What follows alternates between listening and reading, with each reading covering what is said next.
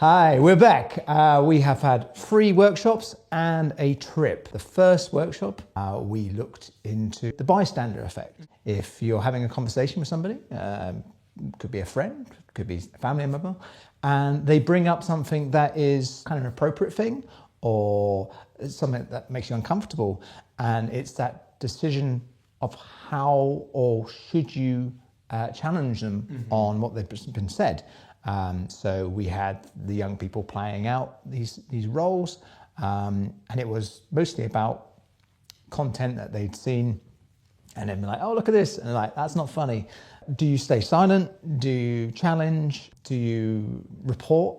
You don't want to say something and report. And these are all kind of like things to sort of think about your everyday in things. You might have heard stuff, or, you know, do you actively encourage that individual that you're okay with that when you maybe not?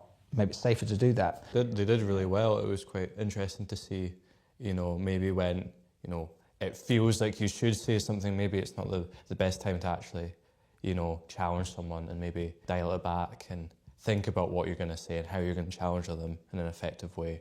Assessing, have you got the skills to challenge them? One thing that we are constantly doing, not really initially giving any kind of like our own personal accounts, is very much saying, tell me more. I want to hear from you, like, why is that the way you think that's funny, or where's this coming from? So I think that is a really good way to actually explore something that somebody's saying or showing you, is to actually get more information to why that is, to the point whereby essentially an individual could easily unravel their whole argument, because the fact that they've just explained away to the thing like, well, what you just said does not really make sense. So you've kind of debased your kind of argument and things. But as ever, it's being cautious as well. Like, you know, that person isn't then going to become aggressive or doing anything as a result of you asking these questions. Last week, during the workshop, the young people were preparing to meet with a few players from Dunfermline Athletic. So we were just preparing some questions. So we did a little exercise where we would ask questions to our fictional football players. I unfortunately wasn't able to attend the actual meeting with the Dunfermline players. Neither was Nick. Claire told us that the young people experienced a great time at the football stadium where they met players. Andrew Todd being one of them, which a couple of young people were very excited about meeting him, because he's one of the stars of the club. Prolific player. Heard from the players their kind of routine of like their day-to-day, which is like quite regimented, that they have their breakfast, they allow that time to digest that, they are then like doing gym, they're then doing training. And the most insightful thing they actually found really was the fact that anytime any of these players, which all of them have experienced some kind of form of injury, I guess it's just the nature of contact sort of sport, that they have to go through this whole period of time of kind of sitting on the bench and actually having to take the time to allow their bodies to recover and actually be able to be match fit again.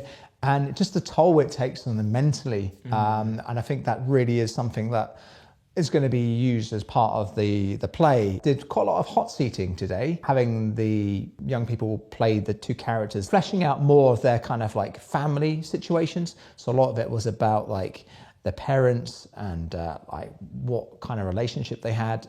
And then we also had the really kind of quite intense kind of conversation about the players' first reaction to the violence that will potentially happen in the narrative. We had the characters saying that they were one of the few people that try to hold back the attacker, trying to make sure people were safe, and then witnessing the other football player kind of run off and kind of think about themselves, which, you know, the young people kind of recognise, which is it's quite understandable, especially this character is 17 years old.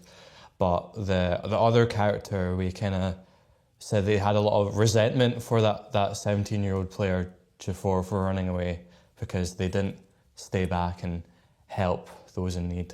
Saying, I don't think they were any better than the attacker, which was just like, wow. Could have been cut so much shorter if they had intervened alongside me. And it was very much this kind of concept of being like, I'm a man, and I had to deal with that situation, which then will bring us on to a video we did watch at the end of the session, which was Andrew Tate. And Piers Morgan. Andrew Tate being asked questions by Piers Morgan. Well, I say asked questions. I mean, most of the airtime was mostly Andrew Tate just controlling the way the conversation were added, being very defensive, being very kind of, in my opinion, quite aggressive. Yeah. Very performative in front of the camera. He's sitting like that for the whole thing and getting really angry and speaking. He's very careful with his words, and I think some of the young people kind of recognised how charming he can be and how charismatic he is on camera. But once you kind of pick apart what he's saying, that there are holes and there are flaws in what he's saying. Two different young people like responding to this this question about like, what did you think of that? One being very much like, well, he came across quite confident to me, and he seemed to be making quite a few kind of valid points and things. And then the other one was very much saying, I was kind of forewarned by my parents that, you know, Andrew Tate is part of this manosphere kind of conversation. But it was the first time he'd actually seen any of Andrew Tate. And for myself as well, I had not actually seen anything of Andrew Tate before. I had just heard bits and pieces. Oh, he's this kind of person and like, you know, just very toxic and things. But this young man was basically saying like, yeah, it's almost reaffirmed like my kind of pre-impressions of like what I'd think he'd be like, you know, just being like argumentative and using deflection. I think a lot of it as well. I kind of got the sense of. But yeah, the young people as ever are very much sort of steering the kind of building blocks of these characters and the kind of overall narrative that we're putting together. And we're hoping into next week that we're going to be starting getting to act out scenes that could potentially be written up over Christmas.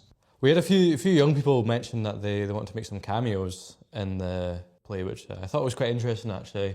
I don't know why I expected a lot of them to be like, oh, you know, I don't want to be in it sort of thing, but it's quite nice to see. A couple of them have interest in acting, but also I think as well, it must be that kind of feeling of like, this will continue, and like they want to actively kind of continue to be part of it, especially even like when's tickets going on sale, which will probably be like January, February time, that tickets will be on sale. There will be a large amount of performances that will be done just for the schools and things, but there will be like 2 public performances, so it's exciting.